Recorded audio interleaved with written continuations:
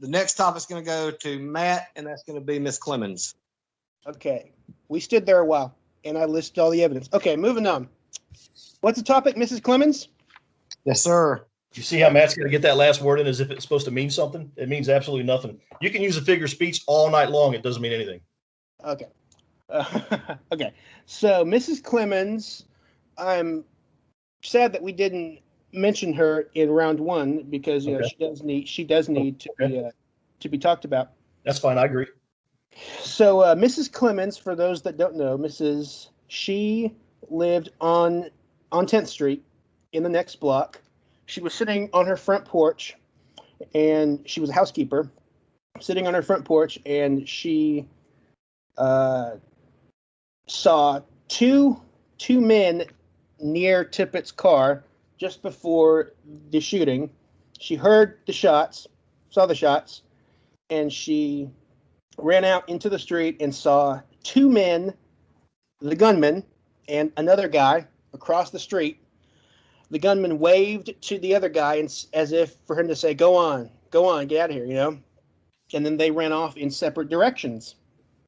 Okay, and that would be significant. That's significant because if there was another person involved, then, But anyway, she said that it was not Oswald. Oswald was not one of the men that she sought. And I want to read you,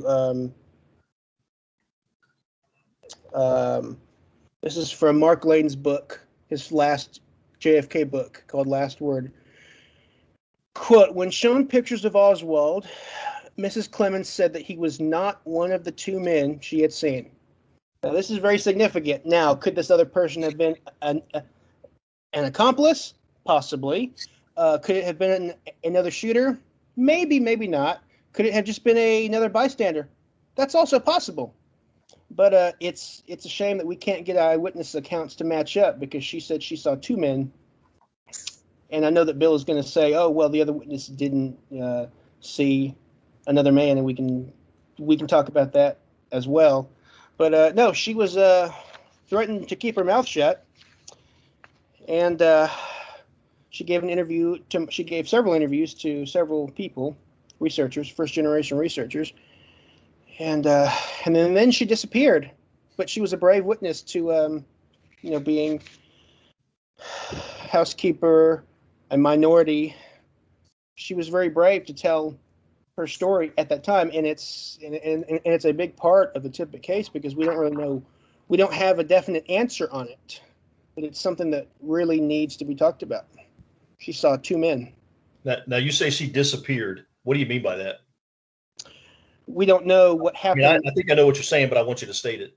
Yeah, we don't know what happened to her after 1966. Is that supposed to mean anything?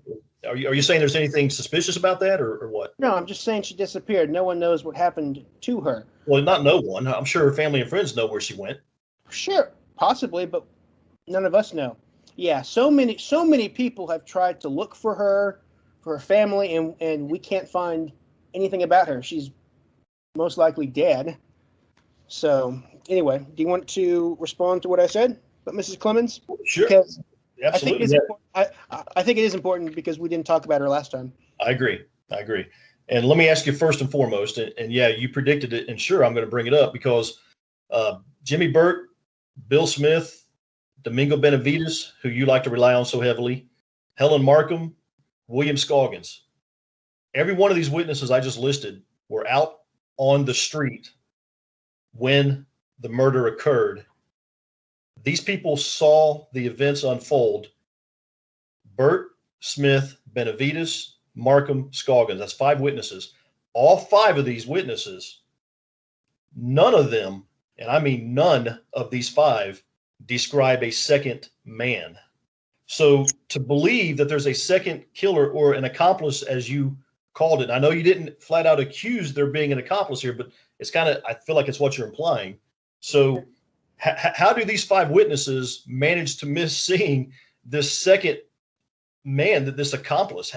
They saw one guy, Matt, and it doesn't even matter how they described him, even though they all, said he was wearing a jacket, et cetera. But how do they miss seeing the second guy that you want to talk about Acquilla Clemons supposedly seeing and waving off and all that stuff. Yeah. Do So you want to address that those 5 witnesses only saw one man? okay. So as I said, again, it's very difficult and frustrating that we can't get eyewitness accounts to match up. And, it's very possible that, these 4 or 5 other witnesses could have missed another man across the street, because they're looking at the action, which is the squad car and the man right next to the squad car. Mrs. Clemons said she looked over and she saw another man across the street.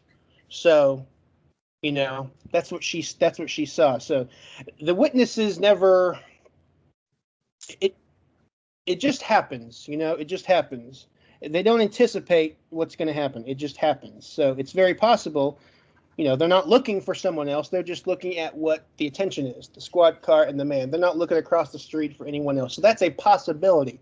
So hold on. So if you don't mind, just because I'm not writing all this down, are you saying it's possible that Jimmy Burt, Bill Smith, Helen Markham, Domingo Benavides, and William Scoggins missed the second guy, but he was there? Is that possible? Is that what you're saying? It's very possible, yeah. So Scoggins would have had to almost hit the guy. I'm not sorry, Scoggins, but Benavides would have had to almost run the guy over in his truck. There was no accomplice. And let me tell you something. So basically, Acquilla Clemons, she lived at 327 East 10th, which she was like a housekeeper for the Smotherman residence. And in July of 1964, Mark Lane, he was on the Barry Gray show, and he said, "We have a statement by a witness, and she was questioned by the FBI at my request." And this is what Mark Lane told, I'm assuming, Barry Gray on the Barry Gray show. But this is not true. Mark Lane was asked to release her statement, but declined. Now, in 1966, for rush to judgment, Mark Lane, in 1966, now keep in mind, in 1964, he tells Barry Gray, "She was questioned by the FBI at my request. We have a statement by a witness." But in 1966, so 2 years later, when he's making his rush to judgment nonsense, Lane says that even though the FBI interviewed over 25,000 witnesses, they inexplicably failed to question Acquilla Clemons. So which is it?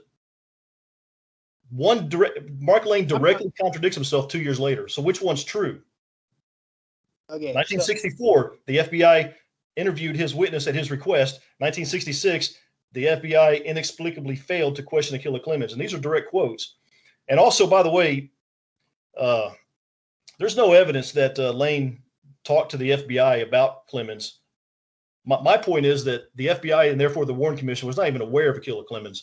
Everybody wants to talk about, why did Acquilla Clemons get called to testify? Because she didn't come forth.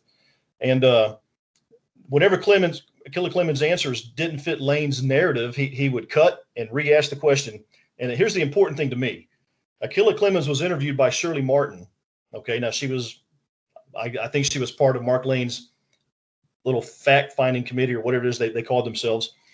And in Acquilla Clemons' interview with Shirley Martin, she literally, there's no two-shooter story. Clemons didn't even think that the second man was an accomplice, and was probably just another witness.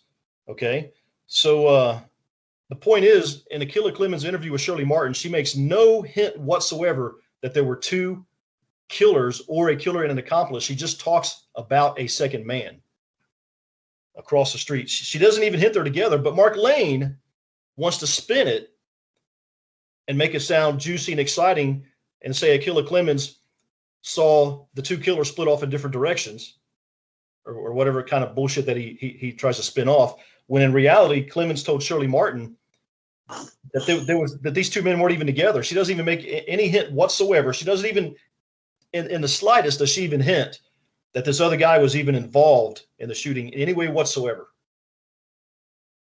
Wow. Okay, everything he just said was factually wrong. Okay, let's go down the list because we have a little bit to unpack here. Okay, so you said that the first of all, I'm not here to stick up for Mark Lane or anything he said or anything. Well, that's good. Like that. That's good. I'm not here to do that, but let's look at the facts. Okay, let's see. Just right now. Okay. So you said that the FBI did not question Mrs. Clemons. No, here's what I said. Hold on. Finish. Well, I know, but let me say it, then you can go on with your point. If you're going to say what I'm saying, then let me tell you what I'm saying, because I don't want to be misquoted. So in July of '64, Mark Lane tells Barry on the Barry Gray show, we have a statement by a witness, and she was questioned by the FBI at my request. And then in 1966, Rush to Judgment, Lane says that even though the FBI interviewed over 25,000 witnesses, they inexplicably failed to question Acquilla Clemons. Okay, so that's what I said. Both of those are factual, by the way. Again, nice try, but again, I'll say it again, I'm not here to stick up for anything that Mark Lane. Well, you brought Mark Lane up. You brought up Mark Lane, not me. No, I brought it up into what she told him. But anyway, we'll get there. Well, are you relying on Mark Lane or not? It's important. I need to know. Can I respond? Say it again. Are you relying on Mark Lane or aren't you? I need to know. It's important.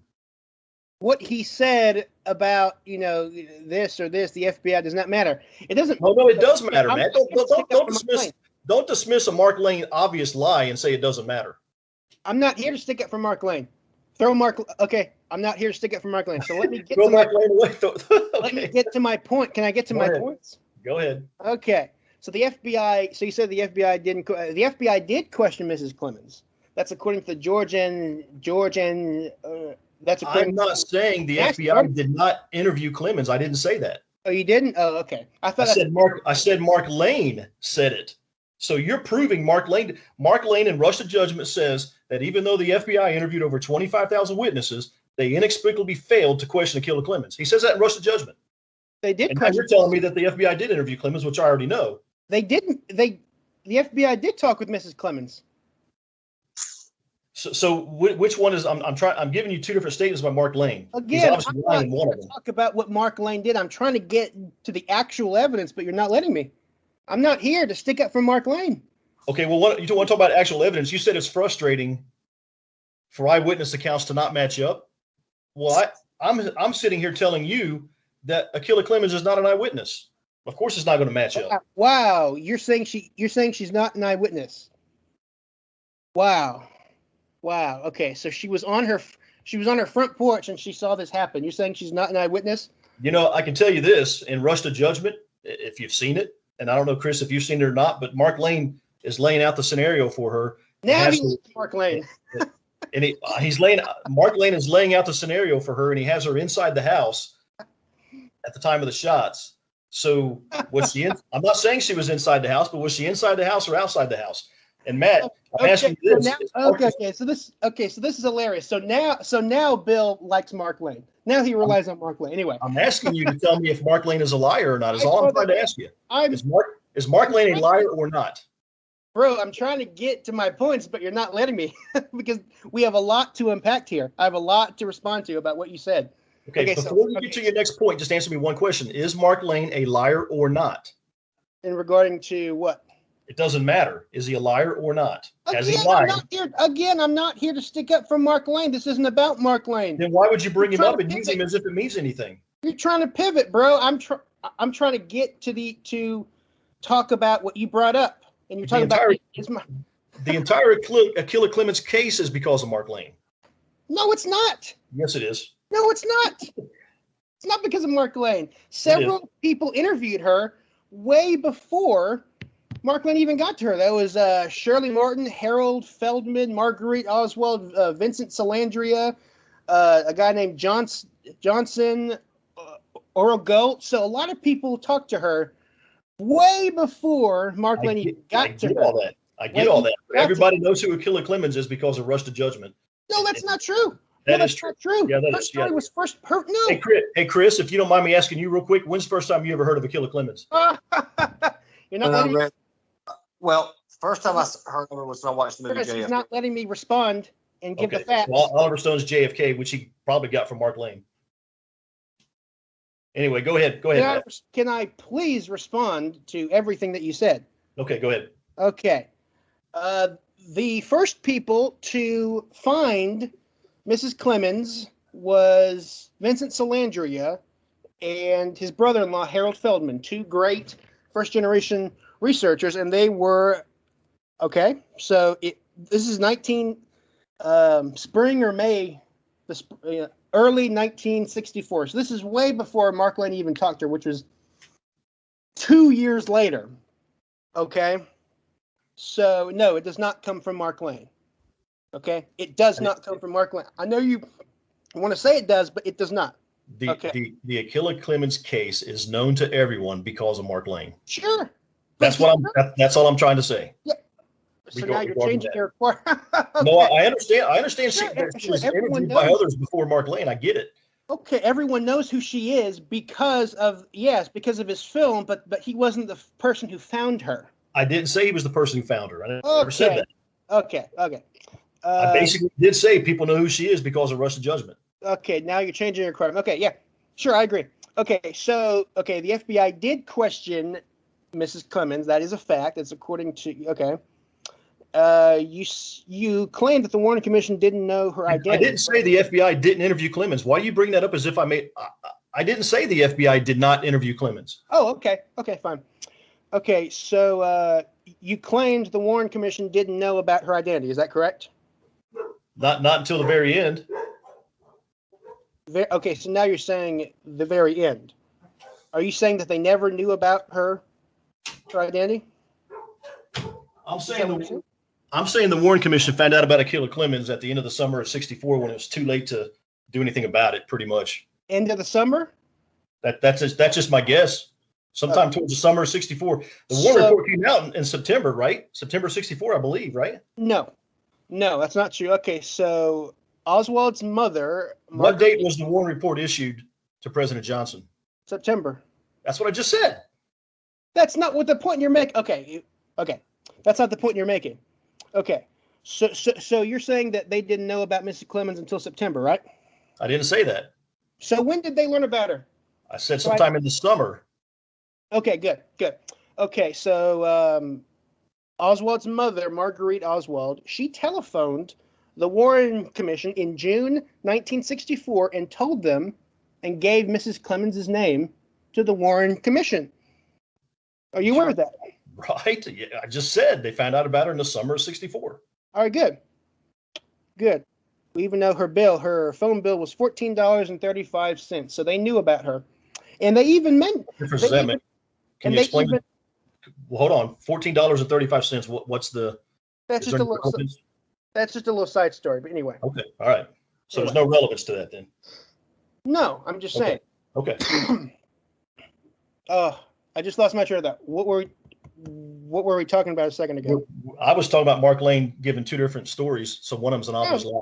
Again, I'm not here to stick up for Mark. You're talking about the others who interviewed Helen Markham is what you're talking about. I'm sorry, Acquilla Clemons.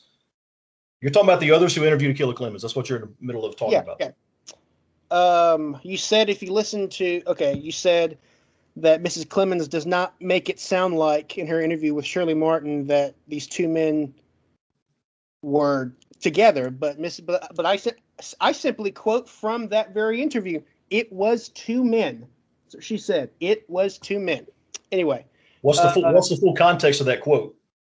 I don't have the full transcript right here. So you just put those 5 words. She said, "What happened?"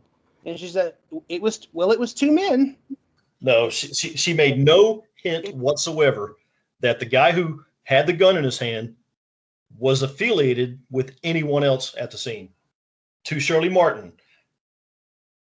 Again, I'll post the transcript and the readers can read. Okay, so do you not believe that she witnessed the shooting?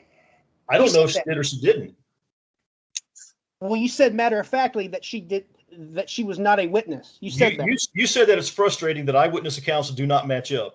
That's something. Okay? Yeah, sure. And my opinion is very heavily that Acquilla Clemons is not an eyewitness to the Tippit shooting at all. She's an eyewitness to the aftermath. Okay, that's not true. She was sitting on her front porch and she saw it happen. No, she didn't. Yes, she did. No, she didn't. Yes, she did. No, she did not. Yeah. All you got to do is what's your boy Mark Lane interview in Rush to Judgment? Let's pull it up right here. What are you pulling up some Acquilla Clemons stuff or what are you doing? I am going to get the quote where she says, that she was on the front porch, and there's going to be a pause right here, but Chris can shorten it. Okay. No, we're not pausing anything. If you got to take time to look something up, then take the time to do it. Yeah. In the meantime, her sitting on the front porch is not what I said. I said she's not an eyewitness to the I shooting. never said that's what you said. I'm saying that. Okay. So she said, I got tired. Okay. So first of all, Shirley Martin, she interviewed Mrs. Clemons on her front porch. Okay. Mrs. Clemons said, I had gotten tired, came out here. I was just sitting out here during the shooting. Okay. No, she didn't say during the shooting. Hold on. No. That last part was my words. I'm sorry. That's what I'm saying. So if you're going to quote it, you got to quote it This verbatim. is what she said. Hold on. I got tired, came out here, sat down here on the front porch. I was just sitting out here. Okay. And she said, and she said, I saw some shots. I saw the shots. That's from Mark Lane's filmed interview with her from the raw transcript. Okay. So she was on the front porch. I didn't say she was or was not on the front porch. I said she's not an eyewitness to the shooting. She just said, I just told you, she said it was two men. I'm sorry. I saw some shots. She's an eyewitness to the killing. I know you don't think so. So do you think she witnessed it or no? No, I do not. Wow. Okay. So I'm going to read you this. I think that she heard the shots and went outside and at the very best saw the guy running from the scene. And her interview with Shirley Martin, again, no hint is made whatsoever of this guy running from the scene having an accomplice or a buddy. Again, she said, I saw the shots. So anyway, do you believe that she saw the killer, which she said was short and heavy, and she said was not Oswald? So now, in addition to the other witnesses, we have another description that's short and heavy. Yes, short and heavy. Why didn't Reynolds or Calloway give a description that the guy was short and heavy? Yeah. Okay. So do you believe? No. Why did Reynolds and Calloway give a different description? They didn't say the guy was short and heavy, but yet they saw the same guy. So I'm just asking you: is it possible that witnesses can give different descriptions of the same suspect? Of course. So listen. Okay. Then period. Of course. No, then that makes your entire point moot. No, it doesn't. No, they all just no. Yes, it does, Matt. Short, stocky man. You've just refuted your entire point regarding eyewitness descriptions. No, I read you what they described. Okay, we're going back. Let's go forward. Okay. Right. Okay, Okay. So do you believe Mrs. Clemons said that the gunman was short and stocky, and it was not Oswald when she was shown photos of him? So do you agree with that statement? Because that's what she said. Do you agree that she saw the gunman, which was not Oswald? Do you believe she saw the gunman?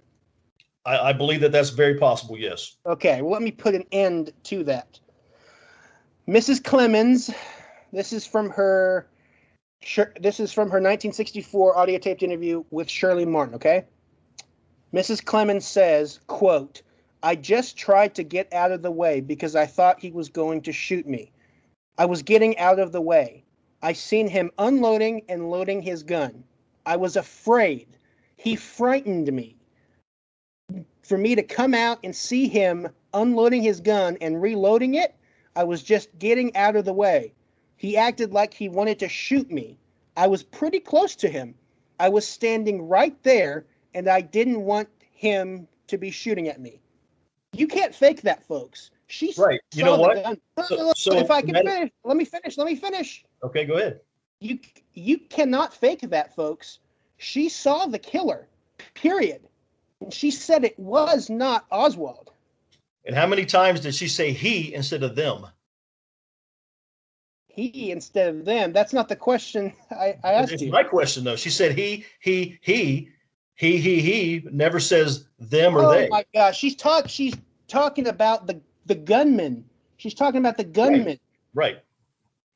She's talking about the gunman. So she makes no mention of this audio taped interview you're speaking of right now that you're quoting from of an accomplice. Yeah, she does. That's from her Shirley Martin 1964 interview. That's what I'm talking about is the Shirley Martin interview. She doesn't make a mention of the two men being together.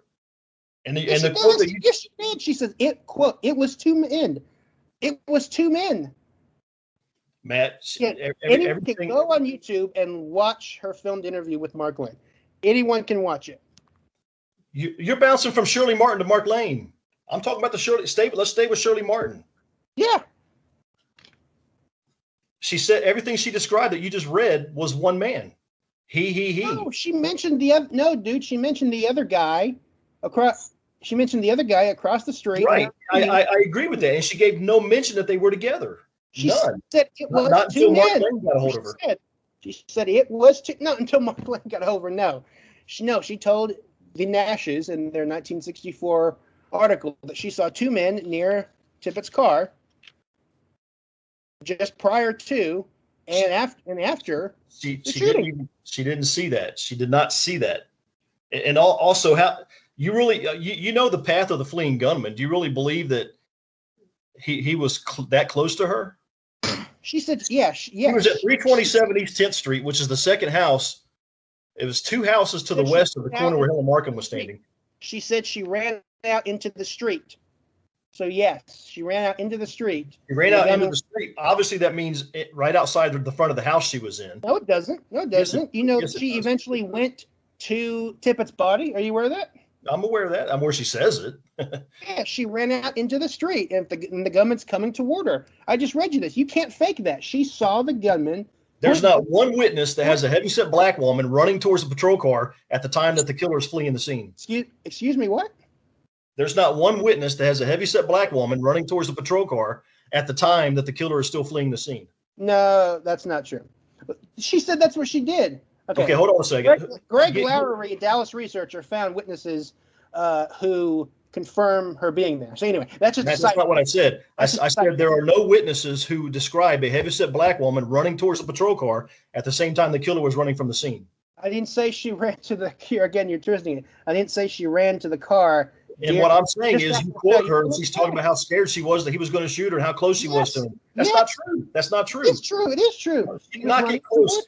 She didn't get any closer to the killer than Markham did. She ran out into the street and she saw the killer running towards her. And she was frightened. She saw the killer, the gunman, with the gun in his hand, reloading. She says it wasn't Oswald. That's the point I'm making. Okay. Do we have anything else to add to that? I said that and she was threatened. As I said, anyway. Who threatened her? Who threatened her? The police. Who says that? How about that? Comes from her interviews with Shirley Martin. Exactly. It comes from her. Nobody threatened her. It's ridiculous. Yes, okay, I'm glad you brought that up. Let's read this. Martin, has anyone talked to you and told you not to talk to anyone? Yes, they have. Is that the Dallas? I'm stuttering, Chris. Okay. You can take it out here. It's the 1 minute, 32 second mark. Yes, they have. Is that the Dallas? I can't say the word. I'm sorry, Bill. I'm stuttering. Okay. Is that the Dallas? Is that the Dallas? Is that the Dallas police? Some of them. They don't allow me to say anything. I'm not allowed to say anything. Yeah, but how's that being threatened? If I can finish, not finished. Who's that? You mean the Dallas police? Some of them, yeah. I'm just not allowed to tell you. I can't tell you nothing. I'm not allowed to tell them, the Warren Commission, nothing. I'm not allowed to talk to anybody. Some kind of policeman talked to me. He had on a police officer's uniform, question mark. He had blue-looking clothes on.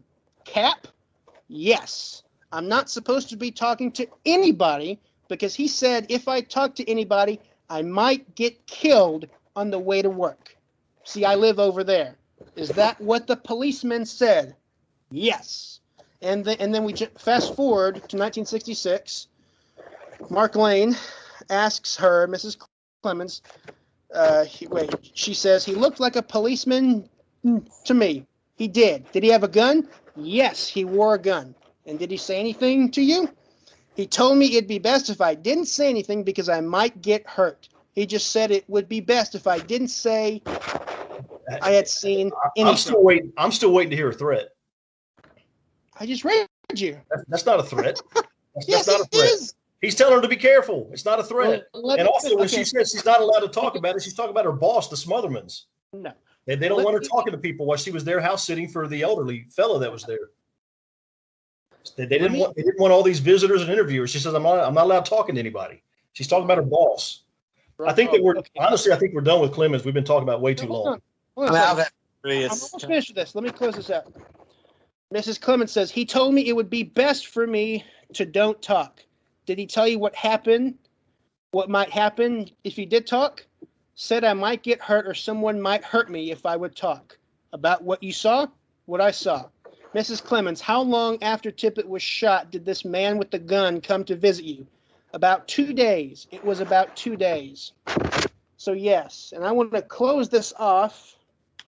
Hey, Matt, before you close it off, let me ask you one quick question. Major League Baseball. This is not an interview. Major League Baseball. I have a point to make. Major League Baseball, the batter comes up to the plate, and the umpire says, hey, the pitcher's been kind of wild. Be careful so you don't get hit by a pitch. Is that batter being threatened by the umpire? No. Okay. No, the umpire is telling him to be careful. Okay. Not a threat. It's not a threat. Okay, that's funny. Okay, so I want to close this off. I just read it to you. So I want to close this off with you haven't read a threat. Can I finish? No, I'm just saying you have not read a threat. You've read an officer warning her.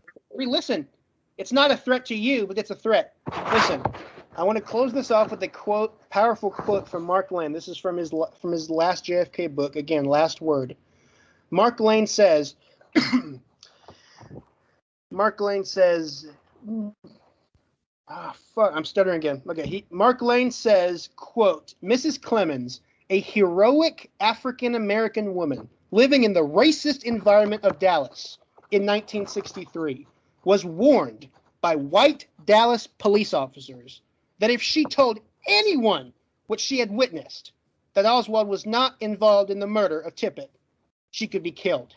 She told me, Lane, that she was afraid, but said that since she was a religious woman, she believed that she must tell the truth about the death of a police officer.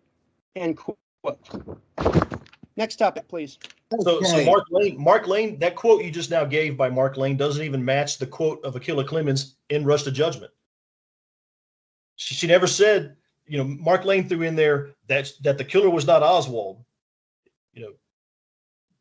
She never said what Lane claims she said. Okay.